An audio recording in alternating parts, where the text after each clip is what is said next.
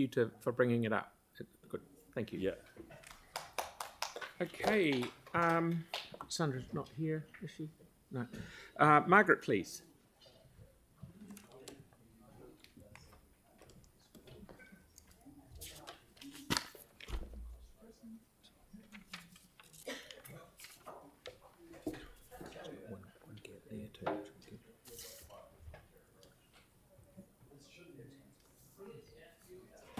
Welcome, far away.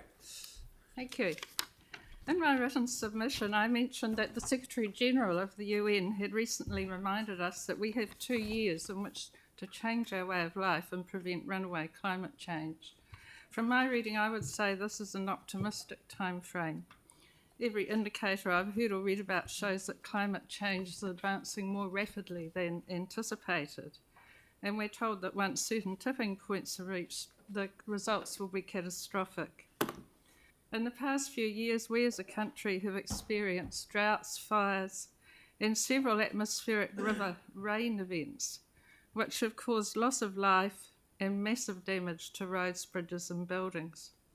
Repairing damage of this kind places strain on local and national government, even if we're not directly affected. But we can also learn from these events and be better prepared as a result. To say that we can't afford to prepare for and try to mitigate the damage caused by climate change is false economy. I'd like to acknowledge the councillors and council staff who have shown leadership on this issue over many years. It's good to see there's a climate action heading on the homepage of the council's website and a lot of useful information about climate goals and how we can work towards them. I totally support the strategic priority about climate action, which is in the long-term plan. I also support the climate levy, and yes, I believe rates must rise. I also think we need to work closely with our neighbouring councils and put effort into working towards a unitary authority so that we can work in a united way on issues like transport and protecting and enhancing biodiversity. Spending on cycleways and pedestrian and wheelchair access throughout the city must be a top priority. If people feel safe, they will use their bikes more, and this usage will further increase as the routes presently in the planning stage are completed. It's one of the best tools we have for encouraging people out of cars. I support the urban forest plan. Our tree canopy is low compared to other New Zealand cities. So yes, let's plant thousands more trees, one of the best ways to mitigate high temperatures and improve biodiversity. Find ways to protect trees on private land when new housing is being developed.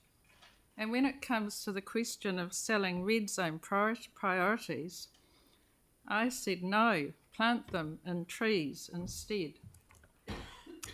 I urge the Council to become bolder and more visible about its pledge to halve greenhouse gas emissions by 2030 and achieve net zero carbon in 2045.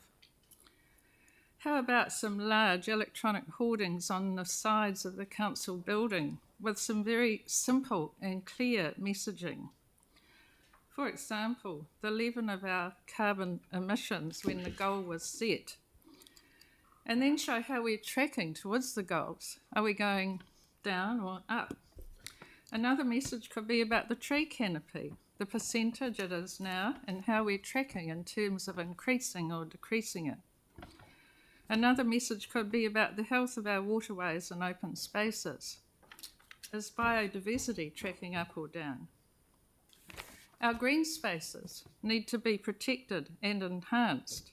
So I say no to charging for parking in Hagley Park because this further institutionalises the practice. I think the people who want parking in Hagley Park must understand the nature of a park as a green space to be enjoyed by everyone at all times, freely available.